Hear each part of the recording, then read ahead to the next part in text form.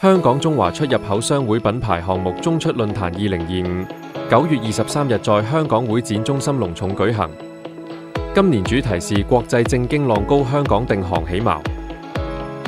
勞工及福利局局長孫玉菡先生、中央政府駐港聯絡辦協調部部長朱文先生、商務及經濟發展局署理局長陳百里先生擔任主禮嘉賓。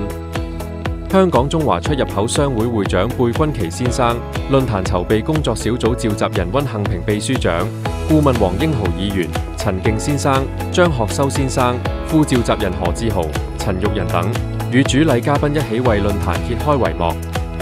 陳百里署理局長為活動發表主旨演講。清華大學俄羅斯研究院副院長吳大輝教授、全球法治副創始人兼理事長、國務院原參事黃輝耀博士擔任論壇的主講嘉賓，香港中國學術研究院院長黃平博士任點評嘉賓。現場氣氛熱烈，引起熱烈迴響。